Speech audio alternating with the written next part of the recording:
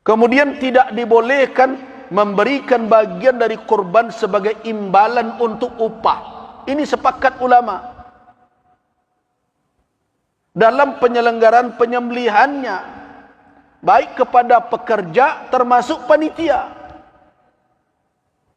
Jadi menyediakan kupon khusus untuk pekerja, menyediakan kupon khusus untuk panitia, dan mendapatkan dengan kupon itu daging korban tersendiri atas nama itu namanya ujrah, jasa, imbalan dari pekerjaan.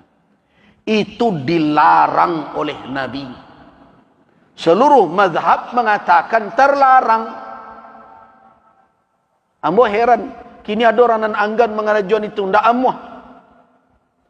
Dengan berbagai alasan, la tabiaso disiko. Mana yang lebih tinggi? Petunjuk Rasul dibandingkan kebiasaan awak. Rasulullah sallallahu alaihi wasallam melarangnya. Di dalam hadis sahih dalam riwayat Imam Muslim dari Ali bin Abi Thalib radhiyallahu anhu, amarani Rasulullah sallallahu alaihi wasallam an aquma ala butnihi. Aku diperintahkan oleh Rasul untuk mengurus unta beliau. Wa amarani, bahasanya celik, dan memerintahkanku, Nabi memerintahkanku, an aqsima luhumaha, untuk membagi dagingnya, wa juludaha, kulitnya, wa ajillataha, dan hiasan punggungnya. Jadi untuk korban tu biasanya diselimuti pakai kulit binatang pula, sehingga gagah bentukan. Disiarkan seperti itu. Ajo kulit pelampuk punggungnya tu harus dibagi pula tu. Perintah Nabi kepada Ali. Dan memerintahkan pula Nabi, perintah Nabi berikutnya, wa alla u'tiyal jazzara.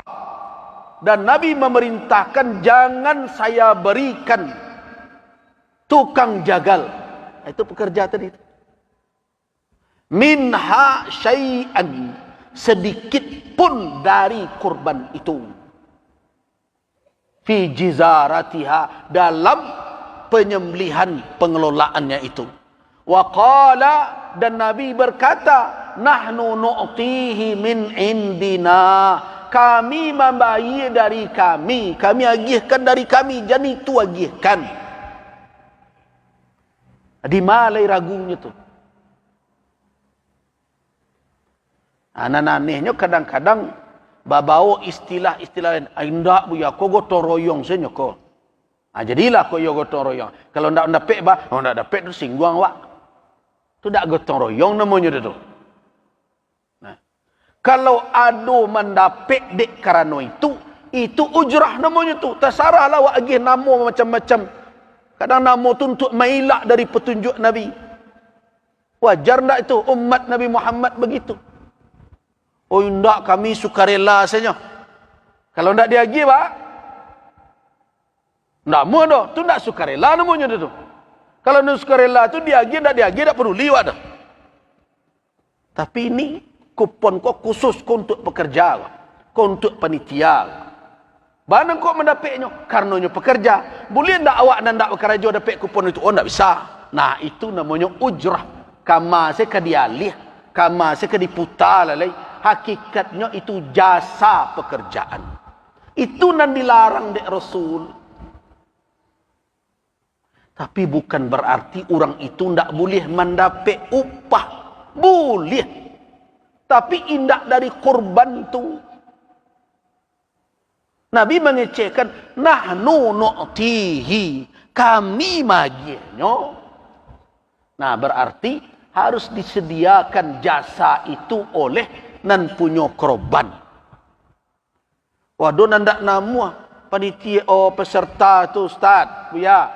Ya ndak merang-merang tak masalah dah ndak namuhnya. Agian jawi kayaknya. Aku jawi ibu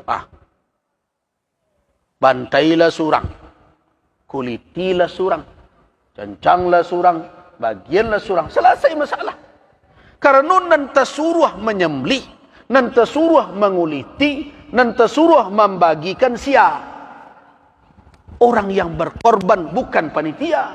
Panitia itu menjalankan berdasarkan amanah, berbentuk perwakilan.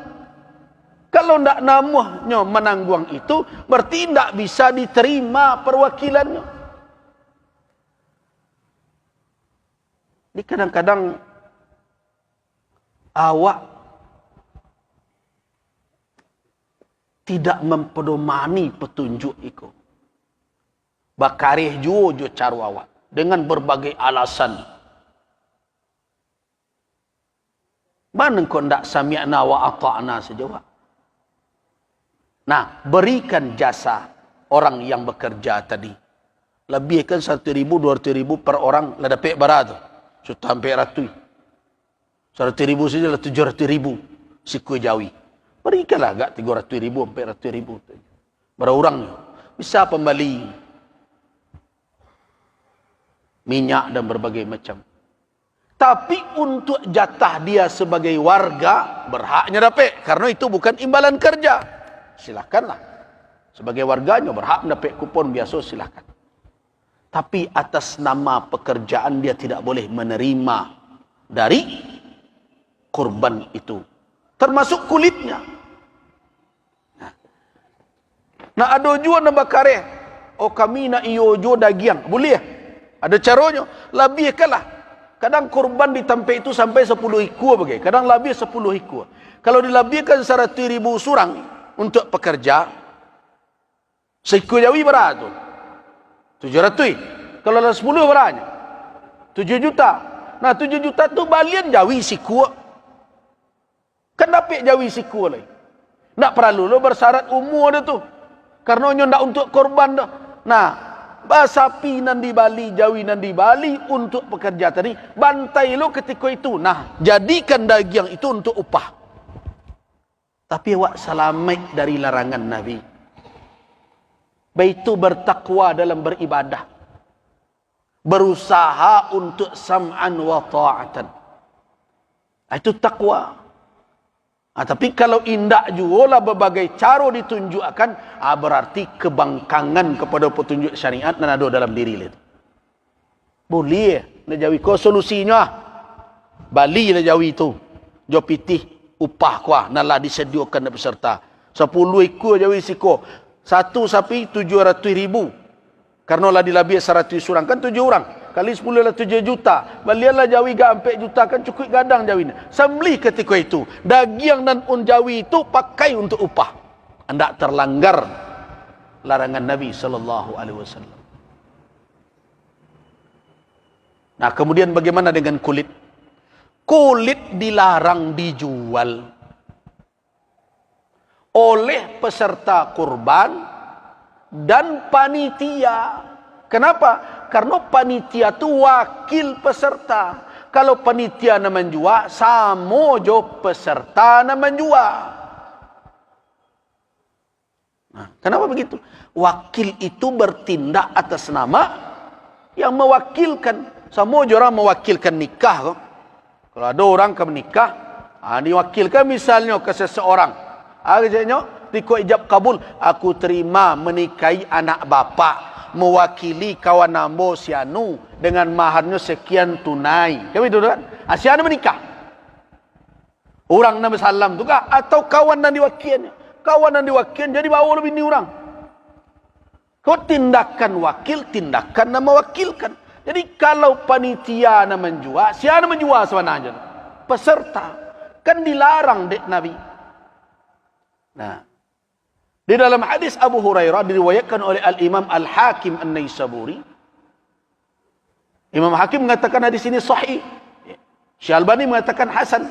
Hadis ini bisa jadi hujjah. Man ba'a julda udhiyatihi, siapa yang menjual kulit korbannya, fala udhiyatalah. Tak ada korban tuinya. Nah, tak ada yang keluar dari hukum itu melainkan sebagian dari kalangan Hanafiyah. Dan lain mengecekkan haram. Aman kawak paci. Tentu lebih kuat hukum dan mengecekkan dilarang. Tapi bajak kulit ko caranya. Nah, sederhana. Agihkan ke fuqara dan masakin. Yo mengapa magianyo dicancang? Mengapa dicancang? Agi secik-cik kenyo. Pilih orang fakir miskin nan mungkin yo samo dapat jo nalin 1,5 kilo atau 2 kilo atau 1 kilo. Tetapi keluarganya jauh lebih besar, kondisi lebih parah. Nah, agi kuah kulit Jawi.